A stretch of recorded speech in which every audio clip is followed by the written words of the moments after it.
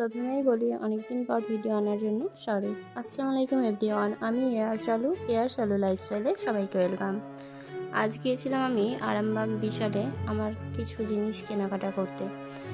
তো ওখান থেকে বেরিয়েই সামনে একটা মহাবীর কুলফি আইসক্রিম বলে স্টল ছিল, যেটা একদম বিশালের সামনেই বসে। আমি ওখান থেকে নিয়েছিলাম 1 প্লেট পাপড়ি চাট, যেটার প্রাইস নিয়েছিল আমার থেকে 50 টাকা।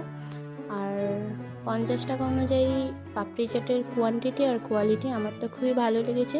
তোমরাও যদি কখনো আরামবাগ কোনো কাজে যেয়ে থাকো তো ওই পাপড়ি চাটটা একবার ট্রাই করে দেখতে পারো, আশা করি তোমাদেরও ভালো লাগবে। আর এই কাকুর কাছে এই পাপড়ি চাটটা শুধুমাত্র শীতকালেই পাওয়া যায়।